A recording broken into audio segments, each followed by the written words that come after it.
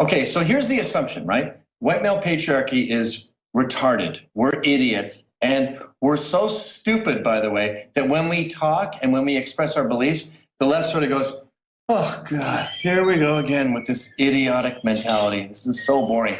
And in order to purport that myth, they have to take dozens of people doing hours of research. They have to spend all this time in the editing lab, and they have to edit in pictures of them going, oh, which is what happened on The Daily Show. I did this interview with this guy about women's soccer, and his contention was that women are getting paid less for the same amount of work, which is just ridiculous. Women are not as good at soccer. There's more eyeballs for men's soccer. Yes, ladies, you had a good year in 2015. But hold on, Gavin, back in 70 seconds. A lot of breaks at the end of the hour. I'm going to come back, finish this. You caught him red-handed. That's right. Because they're such geniuses. The left's always, oh, we're such geniuses. Libertarians are so dumb, and they're the dumbest people. They're minions.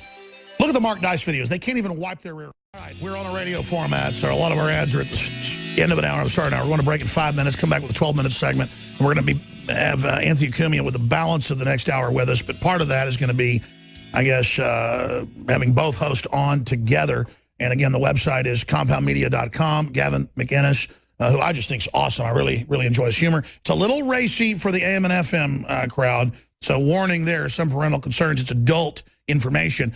But that's what it takes to also reach out to the trendies and the liberals and kind of deprogram them. But you got cut off by the break, Gavin. You were getting on The Daily Show, taking jokes you made and acting like they were serious and editing it together.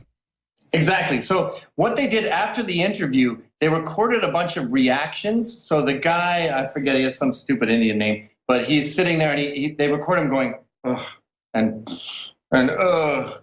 And then they edit that in later. And at one point they said to me, name some soccer players. I don't know about American soccer. So I made up a bunch of names, and then I go, and then of course, everyone's favorite, a guy who's known to most as Junebug. And then I made it clear to them that that was a joke, and they didn't know it was a joke. The guy said, oh, those are some deep cuts. And I go, those weren't deep cuts. I just made up those names. It was a joke. And then they made that the whole crux of their point was that I wanted to convince you that Junebug was a soccer player. But the big picture here is it takes so many resources and so much framing to make us look bad that they end up proving the opposite of what they're setting out to prove. They ended up proving that we're right and they're wrong. That's right. Well, number one, 9/11 truth. They would always misrepresent what I was saying. I said criminal elements of our government are working with radical Islam. Bare minimum allowed this to happen. I had all these FBI agents and whistleblowers on. It was a fact. It's all coming out now. But Discovery Channel did this hour-long documentary that was 2 hours long. They've aired it probably 100 times. It's on all the time. It was like 7 years ago. And I talked to a packed crowd at UT, like 500 people. Okay, but I've had crowds of 5,000 before. But the point was, they cut at lunch to 2 or 3 people sitting there eating sandwiches in the big room and showed me speaking, cutting back and forth like there were 5 people. I mean, this is real deception.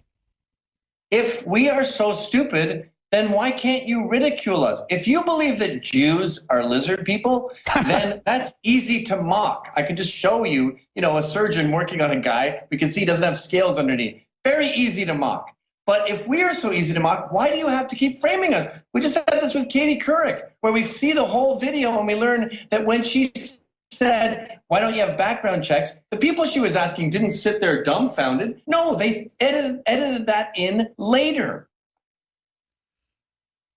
What's crazy is they keep doing it even though they've been caught and their ratings are going down. Are they on a suicide mission? What's happening? They're lazy. They haven't been challenged enough. That's the funny thing about being right. I mean, if you're a black conservative, you are getting hammered every Thanksgiving, every Christmas, every time you visit your nephews and nieces. And what that does is it's like training, and you end up getting better at drawing conclusions from data. And conservatives, anyone right of center, is so used to being challenged and questioned that we actually have become pretty good at the truth. Whereas the left has been so spoiled with their idiotic, infantilized view of the world, with the racist, evil, bad white man ruining everything, that when they get challenged, they get verklempt. They don't know what to do. You're right. They really are spoiled, and they just lay back and act like they're intellectual giants. Look at Trigglypuff. Look at Age Skrillex. These are not even the worst examples. This is what we're talking about. Victims of this system that gave them everything to the point now they have nothing. Why do you want to censor me? If you don't like what I'm saying, debate me. Why are they so scared of debates? I have to fight tooth and nail to get a liberal on my show. Kurt Metzger over at Race Wars, who does a podcast, he's a liberal. Him and his black comedian friend, Sherrod Small, they have to lay out little breadcrumbs like a squirrel to get a feminist on their show because liberals are petrified of debate because they don't know what they're talking about. And I don't even think they believe what they're saying. Oh, no, they're not. Exactly. They're dumb people who just call themselves liberals. We'll be back. All right, I kind of started spinning out of control at the bottom of the first hour today when Leanne came in and showed me mainstream news articles where they're going to put women's urinals in the men's restrooms and make us all go into the same restroom in a movie theater. A movie theater is already a big enough train wreck at the end of the movie when I got to run in there and there's 20 guys, and if you're waiting on your wife or girlfriend, it takes her 15 minutes longer. Now, Alamo Drafthouse is building a new super theater with two giant, they put the blueprints out on Facebook, two giant bathrooms where you take your daughters, your son, your wife, and you're in there with all these gross guys. I mean, I'm the type of guy that just waits and drives home because I don't want to be around guys. Now, women and kids, I'm not going to that movie theater. But again, yes, what kind of freakazoids are doing this? Leanne McAdoo is popping in at the bottom of the next hour. I've tried to ignore this because, man, I don't sit around talking about bathrooms. I don't like them. Hey, you want to have unisex ones? Have it like the W, but there's like 20 one-person ones. Please bring that in. Oh, excuse me. I didn't mean to get back to this. I got so much news to cover. I want to talk about Trump, the new media censorship.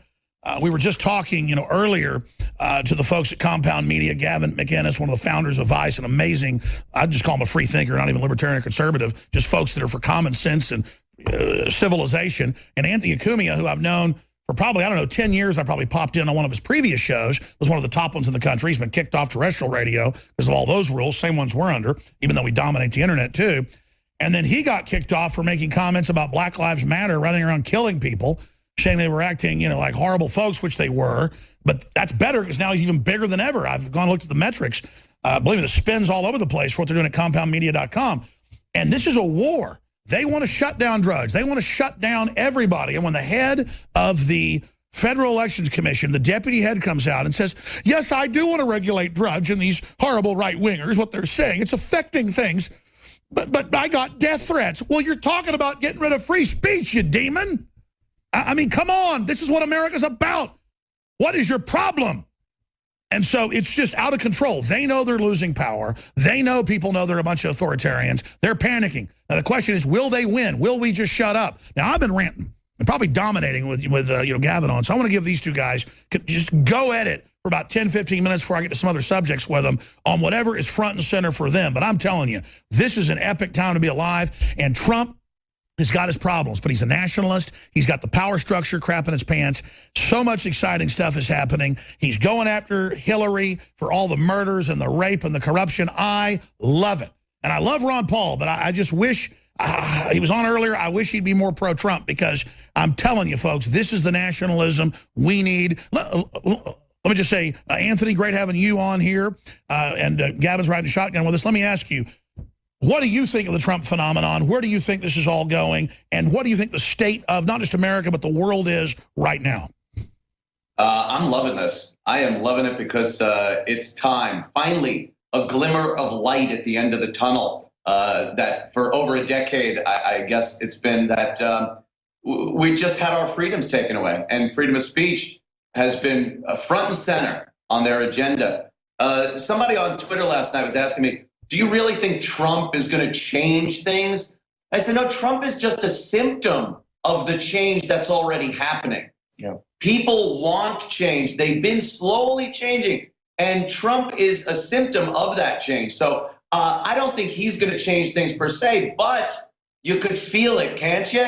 You could feel their desperation. And he shows that we're angry. He shows that we're standing up, the sleeping giant. Yes, finally, we're looking and saying, wow, it's not all them dominating the news and whatever other alternative media is out there. It's people that are thinking like we are and like the majority of Americans are thinking. We want our freedoms back. We Well, want look, to be Tsar Nicholas II looks so pleased sitting there. Gavin, are you feeling the energy of our age shift? This is our year. And you were talking about this with Artie Lang the other day about how he would fake his way onto job sites. Yeah. And he would pretend that he could do all this stuff. Right, and then, right. You know, he'd get in shit later on. This is what the liberals have been doing. They said, we don't want the patriarchy. We should run the show. And we went, all right, you seem to know what you're doing. We let them on the job site. And there's just been construction mayhem for 7 years. And we're realizing, wait a minute, you were lying. You don't know what you're doing. Actually, you know what? Donald Trump personifies the patriarchy. We're bringing the patriarchy back. It was working fine.